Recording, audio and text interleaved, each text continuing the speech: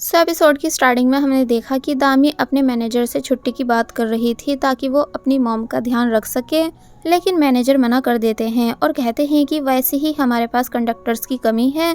फिर दामी की काफ़ी रिक्वेस्ट करने पर भी जब वो नहीं माने तो जीसू और मीसू दोनों वहां आई और मैनेजर से कहने लगी कि हम दोनों मिलकर दामी की शिफ्ट कवर कर लेंगे। लेकिन मैनेजर तब भी नहीं मानते और कहते हैं कि तुम दोनों मिलकर भी नहीं कर पाओगी। तो तब शिनहुई भी वहां आ गई और कहती है कि मैं भी दामी की शिफ्ट कवर करवाने में इन दोनों के साथ हूँ। तो अब ना चाहते हुए भी मैनेजर को मानना ही पड़ा। फिर चारों दोस्त लंच करने आई तो दामी उनसे कहती है कि मेरी वजह से तुमको एक्स्ट्रा काम करना होगा। तो वो कहती है कि दोस्त इसलिए ही तो होते हैं ताकि मुसीबत के टाइम काम आ सके, और अगर हमें ज़रूरत होती तो तुम भी तो यही करती। तो तब दामी थोड़ा अच्छा फील करने लगी। फिर उन्होंने देखा कि मिंजी और यामी अभी भी एक दूसरे से बात नहीं कर रही हैं। इसलिए शिनहुई कहती है कि ये सब कब तक चलेगा। तो मीसू कहने लगी कि कितनी अजीब बात है ना कि एक टाइम पर इन्हें कोई अलग नहीं कर सकता था और अब एक स्टूपिड लड़के के पीछे इन्होंने सब खराब कर दिया है। मीसू की ये बात दामी को भी सोचने पर मजबूर कर देती है कि कहीं वो शिनहुई के साथ ऐसा ना कर दे। फिर वो पूरी रात उस नोट को पकड़कर सोचने लग जाती है कि मुझे ये शिनहुई को देना चाहिए या नहीं। अब नेक्स्ट डे हम देखते हैं कि दामी अपनी मॉम से मिलने हॉस्पिटल गई थी, लेकिन उसकी मॉम कहती है कि अगर तुमने ऑफ ही लिया है तो घर जाके काम कर लो। बेचारा योंगसिक अकेले सब कैसे कर रहा होगा और उसे पढ़ाई भी तो करनी होती है। तो तब दामी चिढ़ गई और कहने लगी कि आपको क्या हमेशा सिर्फ भाई की ही फिक्र होती है। तो उन्होंने कहा कि वो घर का लड़का है और सबसे इम्पोर्टेंट है इसलिए। जो सुनकर दामी को और बुरा फील होने लगा कि उसकी मॉम उसकी बिल्कुल वैल्यू नहीं करती कि तभी योंगसिक वहां आ गया और दामी गुस्से में उसको मिस्टर इम्पोर्टेंट कहकर यहाँ से चली गई। योंगसिक अपनी मॉम से पूछता है कि भला इसे क्या हुआ, लेकिन उसकी मॉम को भी कुछ समझ नहीं आया था। दामी घर पहुंची तो उसने देखा कि शिनहुई वहां उसके भाई बहन के साथ कपड़े धो रही है और शिनहुई दामी के लिए स्पेशली नोट्स भी बनाकर लाई थी स्कूल से, जो देखकर दामी को गिल्ट होने लगा कि वो गलत सोच रही थी। फिर दामी ने खाना बनाया और इन सभी ने साथ में खाना खाया, जिसके बाद दामी के भाई बहन सो गए। दामी और शिनहुई बाहर बैठी थी तो दामी वो नोट शिनहुई को देकर कहती है कि हान ने उसकी मॉम को हॉस्पिटल पहुंचाने में हेल्प कराई थी और बाद में ये नोट दिया था तुम्हारे लिए, जिसे देखकर शिनहुई थोड़ा हैरान होती है। फिर कहती है कि लेकिन मुझे लगा तुम हान को पसंद करती हो। तो तब दामी झूठ कह देती है कि ऐसा नहीं है, मुझे लगा वो मुझे पसंद करता है इसलिए मैं बस उसको चांस देना चाह रही थी। तो तब शिनहुई ने उस पेपर को फाड़ के फेंक दिया और कहती है कि मैं भी रिलेशनशिप में आने के लिए इंटरेस्टेड नहीं हूँ एंड हान तो मुझे जानता भी नहीं है। जो सब सुनकर दामी हैरान रह जाती है कि ये हान को रिजेक्ट कर रही है। तो वहीं दूसरी तरफ च्योल को बहुत बुरा लग रहा था कि मैच में हारने की वजह से दामी के सामने मेरा पूरा इंप्रेशन बिगड़ गया। तो तब हान कहता है कि इतना बुरा लग रहा है तो जाकर उससे हॉस्पिटल में मिल आओ ना।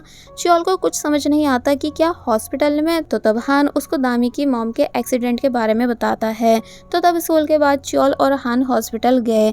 च्योल अपनी मॉम के रेस्टोरेंट से दामी के लिए लंच पैक करवा के लाया था, इसलिए दामी उसे थैंक्स करती है। फिर हान दामी को बात करने के लिए बाहर ले आया और शिनहुई के जवाब के बारे में पूछता है। दामी बताती है कि शिनहुई अभी डेट करने में इंटरेस्टेड नहीं है।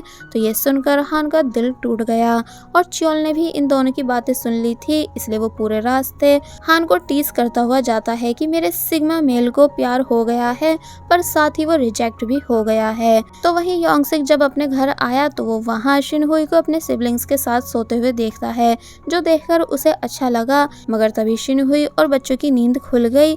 फिर योंगसिक ने शिनहुई को थैंक्स करा उसकी इतनी हेल्प कराने के लिए। शिनहुई कहती है कि ये कोई बड़ी बात नहीं है। फिर बच्चों ने अपने भाई को शिनहुई की बनाई ड्राइंग दिखाई, जिसे देखकर वो स्माइल करने लगा। शिनहुई कहती है कि चलो अच्छा है तुम्हें हंसना भी आता है। फिर शिनहुई उसे बाय कहकर यहाँ से चली जाती है, जहाँ वो रास्ते में लोगों को अपने दोस्तों के साथ देखकर दामी को मिस करने लगती है। फिर उसने वो कैफ़े देखा जहाँ सब ग्रुप डेट पर गए थे, तो शिनहुई वहीं चली गई और च्योल ने उसको अंदर जाते हुए देख लिया। अब नेक्स्ट सीन में हमने देखा कि योंगसिक अपने सिबलिंग्स को एक शॉप के बाहर बिठाकर वेट करने को कहता है क्योंकि उसे ट्यूशन पढ़ाने जाना था। लेकिन तभी मिस मीहुन और सैरी वहाँ से गुजर रही थी और जब उन्हें पता चला कि योंगसिक अपने भाई बहन को ऐसे अकेले छोड़कर हान को ट्यूशन पढ़ाने आ रहा है तो इसलिए मिस मीहुन उन्हें भी घर पर ले आई। जहाँ इतना बड़ा और सुंदर घर देखकर दोनों बच्चे हैरान थे और उन्हें वो काफ़ी ज़्यादा पसंद आया। फिर मिस मीहुन उन्हें खाना खिलाती हैं जो दोनों ने बड़े प्यार से खाया और फिर वो दोनों सैरी के साथ खेलने लगे। सैरी उनको अपने खिलौने दिखा रही थी और उसमें से एक उसने उन्हें भी रखने के लिए दे दिया, जिस वजह से वो दोनों और भी ज़्यादा खुश हो गए। तो वहीं हान का पढ़ाई में बिल्कुल ध्यान नहीं था, इसलिए लास्ट में यॉनसिक पूछता है कि क्या बात है। हान उससे कहता है कि क्या तुम कभी रिजेक्ट हुए हो। तो तब यॉनसिक मना करने लगा। तो हान ने वापस पूछा कि आखिर लड़कियां किस चीज़ से अट्रैक्ट होती हैं, पढ़ने वाले लड़कों से या फिर कोई और बात है। यॉनसिक इन सवालों पर हंसते हुए पूछता है कि आखिर तुम्हें किसने रिजेक्ट कर दिया है। लेकिन हान ने बात टाल दी और जिम के लिए चला गया। फिर जिम में जब उसे पता चला कि च्योल ने शिनहुई को उस कैफे में जाते देखा था जहाँ वो सब पहली बार डेट पर मिले थे, तो हान वापस सिग्मा बनने की कोशिश करने लगा और कहता है कि मुझे इस सब से मतलब नहीं है, इसलिए मुझे मत बताओ। लेकिन च्योल ने वापस उसको चिढ़ाना शुरू कर दिया कि तुमने रिजेक्ट होकर बिल्कुल ही कोशिश छोड़ दी है, जबकि तुम्हें ट्राई करते रहना चाहिए। तो तब हान उस पर गुस्सा करने लगा। लेकिन घर जाते टाइम हान का ध्यान कैफे पर गया, पर फिलहाल वो उसे इग्नोर करके आगे चला गया।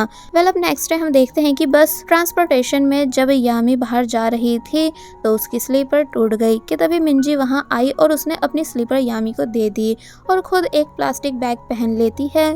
दोनों को अपनी गलती रियलाइज हुई और इनके बीच सब ठीक हो गया, इसलिए दोनों एक दूसरे से कहने लगी कि ड्राइवर किम को तुम रख लो, तो दूसरी कहती है कि नहीं उन्हें तुम रख लो। लेकिन ड्राइवर किम ने जब बस में मीसू को देखा तो अब उसने मीसू से फ्लर्ट करना शुरू कर दिया, पर बाकी लड़कियों की तरह वो किम को बिल्कुल भाव नहीं देती। तो तब जाकर किम चुप हुआ और ड्राइव करने बैठ गया। तो वहीं दूसरी तरफ यॉनसिक जब कॉलेज से बाहर आया तो ह्योन उसका कार में वेट कर रहा था। यॉनसिक कार में बैठ गया, जिससे ह्योन पूछता है कि आंटी की तबीयत कैसी है। तो यॉनसिक बताता है कि मॉम अब ठीक है, पर अभी दामी उनके पास रुकी हुई है हॉस्पिटल में। जो सुनकर ह्योन एकदम से कार रोक देता है।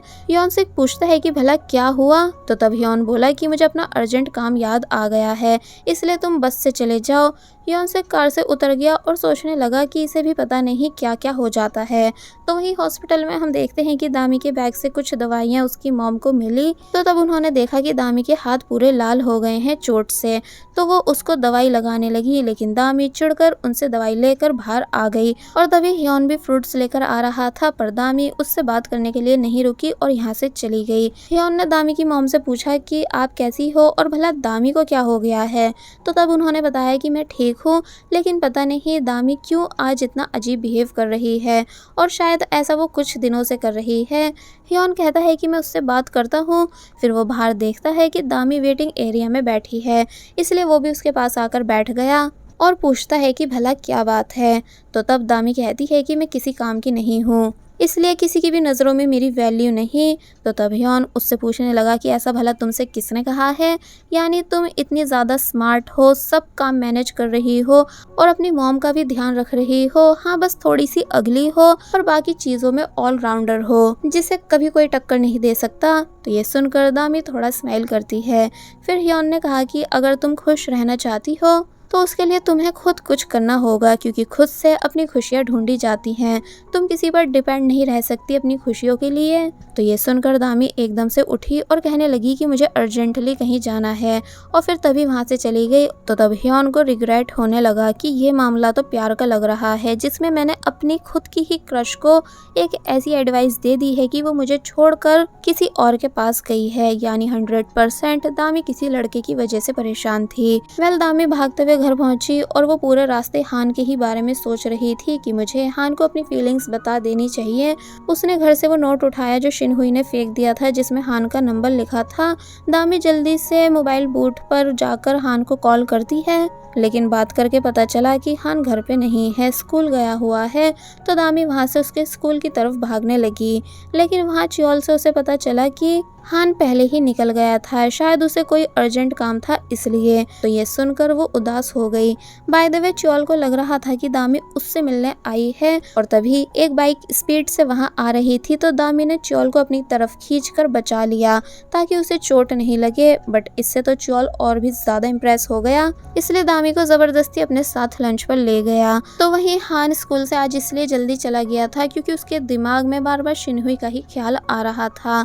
वो उसी ग्रुप डेट वाले कैफे में चला गया और काफी देर तक वहां बैठा रहा, इस उम्मीद में कि क्या पता शिनहुई भी यहाँ आ जाए। फिर जब काफी इंतजार के बाद फाइनली शिनहुई वहां आई तो हान काफी ज्यादा खुश हो गया। शिनहुई उससे पूछती है कि भला तुम यहाँ क्या कर रहे हो, क्या तुम यहाँ आते जाते रहते हो? तो वो झूठ कहता है कि उस ग्रुप डेट के बाद मुझे ये जगह अच्छी लगने लगी थी, इसलिए यहाँ मैं रोज आता जाता रहता हूँ। लेकिन तभी एक वेटर ने आकर हान से कहा कि आप शायद यहाँ पहली बार आए थे, इसलिए प्लीज आते रहना। तो ये सुनकर शिनहुई हंसने लगी क्योंकि हान का झूठ पकड़ा जा चुका था। फिर दोनों साथ बैठकर कॉफी पीते हैं, लेकिन उन्होंने बस एक सॉन्ग को लेकर बात करी जो कैफे में प्ले हो रहा था। फिर शिनहुई अपने पैसे रखकर जाने लगी तो हान भी उसके पीछे बाहर आ गया और शिनहुई को रोककर उसने झूठ बोला कि आज मेरा बर्थडे है तो क्या तुम मेरे साथ लंच करोगी, क्योंकि मैं अकेला नहीं रहना चाहता हूँ। शिनहुई इस बात के लिए मान गई। तो वहीं दामी और च्योल साथ तो थे, लेकिन दामी सिर्फ हान के बारे में ही च्योल से बातें पूछ रही थी, इसलिए च्योल ने कहा कि क्या तुम मेरे बारे में कुछ नहीं जानना चाहती हो? तो तब दामी उसकी फैमिली के बारे में पूछने लगी और च्योल वही सब बताने लगा। सीन वापस शिनहुई और हान पर शिफ्ट हुआ जो एक बड़े रेस्टोरेंट में बैठे थे। हान ने बताया कि वो अपनी मॉम के साथ यहाँ आता था। तो तब बातों बातों में शिनहुई को पता चलता है कि हान की मदर इस दुनिया में नहीं है, इसलिए वो हान के लिए बुरा फील करने लगी। वो लंच के बाद हान को अपने साथ एक क्लोथिंग स्टोर ले आई बर्थडे प्रेजेंट दिलाने, लेकिन हान को काफ़ी ज़्यादा डर लग रहा था क्योंकि वो स्टोर और किसी का नहीं बल्कि उसके फादर का था। कि तभी हान ने जैसे ही अपने फादर की कार को देखा तो वो शिनहुई को पकड़कर नीचे झुक गया, जबकि शिनहुई को कुछ समझ नहीं आ रहा था कि भला हान ऐसा क्यों कर रहा है। इसलिए हान ने बाद में शिनहुई को सब सच बता दिया कि वो स्टोर उसके फादर का था और आज उसका बर्थडे भी नहीं है। तो ये सुनकर शिनहुई हंसती है कि क्या तुम सच में इतने ज्यादा रिच हो, पर तुम अपने फादर से क्यों डर रहे हो? वो मारते हैं क्या तुम्हें? तो तब हान बताता है कि पहले नहीं मारते थे, लेकिन मॉम की डेथ के बाद वो अपने गुस्से पर कंट्रोल नहीं कर पाते हैं।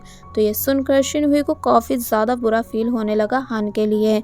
वो कहती है कि तुम्हें भी अपने इमोशंस एक्सप्रेस करने चाहिए और हमेशा टफ बनकर रहने की ज़रूरत नहीं। तो ये सुनकर हान को अच्छा फील हुआ। उसने वापस एक पेज पर अपना नंबर लिखकर शिनहुई को दिया और कहता है कि मुझे पता है तुम ऑलरेडी एक बार मुझे रिजेक्ट कर चुकी हो, इसलिए मुझे वापस रिजेक्ट होने में शौक नहीं लगेगा, पर मैं सच में तुम्हें पसंद करता हूँ, इसलिए मैं चाहता हूँ कि हम दोनों एक दूसरे को डेट करें। शिनहुई इस बात को सुनकर शांत खड़ी रही, यानी वो कोई जवाब नहीं दे रही थी और बस इस बारे में ही सोचती गई। तो वहीं हॉस्पिटल में दामी की मॉम नर्स से कहकर दामी के लिए एक हैंड क्रीम मंगवा के सीट पर रखवा देती है ताकि दामी की नज़र उस पर चली जाए, लेकिन दामी का मूड इतना ख़राब था कि उसका ध्यान वहाँ गया ही नहीं। तो तब उसकी मॉम कहती है कि तुम्हारी आंखें ख़राब है क्या, और उसे क्रीम के बारे में बताती हैं। तो ये देखकर दामी काफ़ी ज़्यादा खुश हो गई कि ये सब दामी की मॉम ने उसके लिए करा है, यानी कि दामी की मॉम उसकी फ़िक्र कर रही हैं। दामी खुद ही क्रीम लगाकर अपनी मॉम के हाथ पर भी लगा देती है, तो तब मॉम भी खुश हो गई। अब नेक्स्ट डे हम देखते हैं कि दामी के सिबलिंग्स घर पर अकेले थे, इसलिए दोनों डिसाइड करते हैं कि वो सैरी के साथ खेलने उसके घर जाएंगे एंड वो अपने साथ एक पंपकिन भी ले गए। मिस मेहुन उन्हें गेट पर लेने आई और पूछती हैं कि ये किस लिए। तो तब वो कहते हैं कि मॉम ने कहा था कि कभी किसी के घर खाली हाथ मत जाना। मिस मेहुन ये सुनकर स्माइल करने लगी और उन्होंने पंपकिन ले लिया और उन्हें अंदर भी ले गई। सैरी भी उन दोनों को और उस पंपकिन को देखकर काफ़ी ज़्यादा खुश हुई क्योंकि उसे वो पंपकिन सिंड्रेला वाले पंपकिन जैसा लग रहा था। फिर नेक्स्ट सीन में हमें वापस वो लड़का दिखाया गया जो किसी को ढूंढ रहा था और पता चला कि जिसकी फ़ोटो उसने दिखाई थी वो शिनहुई की पुरानी फ़ोटो थी जिसमें उसके बाल बिल्कुल दामी जितने छोटे थे। वेल ये लड़का और कोई नहीं बल्कि शिनहुई का भाई काई है। जहाँ काई को एक आदमी से पता चला कि उसने शिनहुई को कंडक्टर की ड्रेस में देखा था, तो काई सोचने लग जाता है कि फाइनली इस लड़की का पता चल गया। तो वहीं शिनहुई जब वापस हॉस्टल पहुंची कि तभी दामी भी वापस आ गई, जिसे देखकर वो काफ़ी ज़्यादा खुश हुई। रात को शिनहुई और दामी टेरेस पर अकेले बैठी थी और नूडल्स खा रही थी, पुराने टाइम को याद करते हुए, जहाँ शिनहुई कहती है कि मैंने तुम्हें बहुत मिस करा। और फिर उसने हान से हुई मुलाकात के बारे में दामी को सब बताया और ये भी कि हान ने मुझे वापस अपना नंबर दिया है और मुझसे मिलने को कहा है। दामी थोड़ा उदास हो गई, लेकिन उसने पूछा कि तो फिर तुमने क्या सोचा है, क्या तुम्हारी फीलिंग्स चेंज हो गई हैं हान को लेकर? तो तब शिनहुई कहती है कि अभी पता नहीं, यानी कि मैं कंफ्यूज हूँ और वीकेंड पर मेरी दोनों शिफ्ट हैं, तो शायद मैं उससे मिलने नहीं जा सकूंगी। दामी कहती है कि मैं तुम्हारे लिए सब कवर कर दूंगी, तुम चली जाना। तो तब जाकर शिनहुई ने डिसाइड करा कि वो हान से वापस मिलेगी और ये सच भी बताएगी कि वो एक बस कंडक्टर है, ना कि एक रेगुलर स्टूडेंट। फिर शिनहुई खुशी से हान को कॉल करने चली गई और दामी अकेले उदास बैठी रह गई, ये सोचते हुए कि शायद मैं गलत थी अपनी किस्मत को लेकर। फिर वो बाथरूम में जाकर अपनी नेल पेंट हटाने लगी जो उसने हान से मिलने के लिए लगाई थी। तो वही शिनहुई ने कॉल की तो पहले मिस्टर कीहोक कॉल उठाते हैं तो वो कुछ नहीं बोलती। मिस्टर कीहोक काफ़ी ज़्यादा गुस्सा करने लगे और फिर तभी उन्होंने कॉल कट कर दी। फिर थोड़ी देर में शिनहुई ने वापस कॉल की तो इस बार हान कॉल उठा लेता है। शिनहुई हान से कहती है कि मैं कल तुमसे मिलूंगी और मुझे तुम्हें कुछ बताना भी है। तो तब हान भी काफ़ी ज़्यादा खुश हो गया। वेल अब नेक्स्ट डे हम देखते हैं कि मिस मेहुन उसी पम्पकिन का सूप बनाकर मिस्टर कीहोक और सैरी को देती हैं। फिर उन्होंने योनसिक के सिबलिंग्स के बारे में मिस्टर कीहोक को बताया, लेकिन मिस्टर कीहोक को ये सब सुनकर अच्छा नहीं लगता कि उनकी वाइफ इतना इन्वॉल्व क्यों हो रही हैं। तो वही सैरी को जब पता चला कि उसके सिंड्रेला पम्पकिन का सूप बन चुका है, इसलिए वो रोने लगी और हान भी जल्दबाजी में बिना ब्रेकफास्ट करे यहाँ से स्कूल के लिए निकल गया। तो वहीं शिनहुई की शिफ्ट का टाइम हो गया था और तभी दामी अपनी शिफ्ट पूरी करके आई। शिनहुई खुश थी क्योंकि कल वो हान को मिलकर सब बताने वाली थी। फिर वो दामी को बाय कहकर बस में चली गई कि तभी पीछे से मिस जुंग भागते हुए आती हैं और बताती हैं कि शिनहुई अपनी कैप यहीं भूल गई है। तो तब दामी कहती है कि कोई नहीं, मैं शिनहुई को दे आती हूँ। फिर वो मिस्टर ली से उनकी साइकिल लेकर शिनहुई की बस के पीछे जाने लगी। दूसरी तरफ हान जिस बस स्कूल से जा रहा था वो रास्ते में ही खराब हो जाती है, तो हान को इस बस से उतरकर दूसरी बस के लिए खड़ा होना पड़ता है। और फिर जब जैसी वो दूसरी बस यहाँ आई कि तभी उस बस से शिनहुई बाहर निकली और हान जब जैसी उसे कंडक्टर की यूनिफॉर्म में देखता है तो वो काफ़ी बुरी तरह शॉक रह गया। शिनहुई के भी होश उड़ चुके थे हान को अपने सामने देखकर, इसलिए वो हैरान होकर पीछे होने लगी क्योंकि अब हान के सामने उसका झूठ पकड़ा जा चुका था। तो वहीं दामी भी जल्दी से यहाँ आ जाती है और वो भी शॉक रह जाती है ये देखकर कि हान को शिनहुई के झूठ के बारे में पता चल चुका है एंड ये दोनों कैसे एक दूसरे को हैरानी से देख रहे हैं। इसलिए दामी भी परेशान होने लगती है और बस फिर इसी सीन के साथ ये पार्ट यहीं पर एंड हो जाता है। There was a time when you had me falling to the ground like a king without a crown.